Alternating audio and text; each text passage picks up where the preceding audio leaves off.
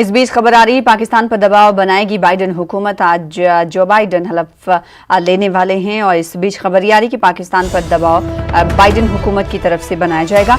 America के अगले वजीर दिफा ऑस्टिन ने सेनेट में तहरीरी बयान भी दे दिया है। पाकिस्तानी सरजमीन पर दहशतगर्दों को पनाह न मिले, ऑस्टिन के जरिए बात कही गई है। भारत मुखालिफ दहशतगर्दी के खिलाफ पाक की कार्रवाई अधूरी है। साथ ही दहशतगर्द तंजीम लश्कर और जैश के खिलाफ पाक कार्रवाई अधूरी है। भारत के साथ दिफाई ताउन जारी रहेगा। ऑस्टिन ने तहरीरी बयान में तमाम बातें कही हैं, यानी इससे साफ जाहिर है कि पाकिस्तान पर जो बाइडेन हुकूमत दबाव बनाएगी। हमारे साथ हमारे नुमाइंदे जुड़ रहे हैं। शैलेंद्र वांगू। शैलेंद्र, जहां एक तरफ ओथ की तैयारियां पूरी कर ली गई हैं और दूसरी तरफ सेनेट में ऑस्टिन ने बयान दे दिया है कि पाकिस्तान पर जो बाइडेन हुकूमत दबाव बनाएगी, इसे किस तरह से देखा जा रहा है?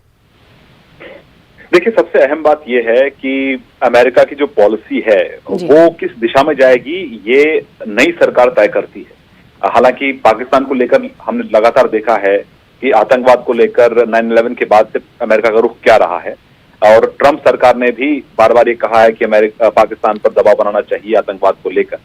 लेकिन अब अहम बात यह है कि जब नए राष्ट्रपति अमेरिका के बनने वाले हैं जो बिडेन, वो आज शाम को, आज भारतीय समय अनुसार आज रात करीब 10 बजे चार्ज लेंगे और राष्ट्रपति बनेंगे अगले अमेरिका के।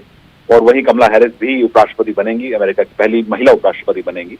इस बीच जो पॉलिसीज होंगी, जो फॉरेन पॉलिसी रहेगी अमेरिका की, उसको लेकर अमेरिका के अगले रक्षा मंत्री यानी डिफेंस सेक्रेटरी की तरफ से जो बयान आया है सीनेट में, उसमें साफ तौर पर कहा गया है कि पाकिस्तान पर दबाव बनाया जाएगा, नई सरकार दबाव बनाएगी, क्योंकि पाकिस्तान में आज भी पनाह मिलती है आतंकियों को, आतंकी संगठनों को जो पनाह मिल रही है उसको बंद किया जाना चाहिए। इस सिलसिले में अमेरिकी सरकार यानी बाइडेन सरकार पाकिस्तान पर दबाव बनाएगी। वहीं उन्होंने एक बयान देकर यह भी कहा है कि पाकिस्तान ने कुछ कार्रवाई तो की है लश्कर और जैश के खिलाफ, लेकिन वो अधूरी है, यानी कि पूरी नहीं हुई है।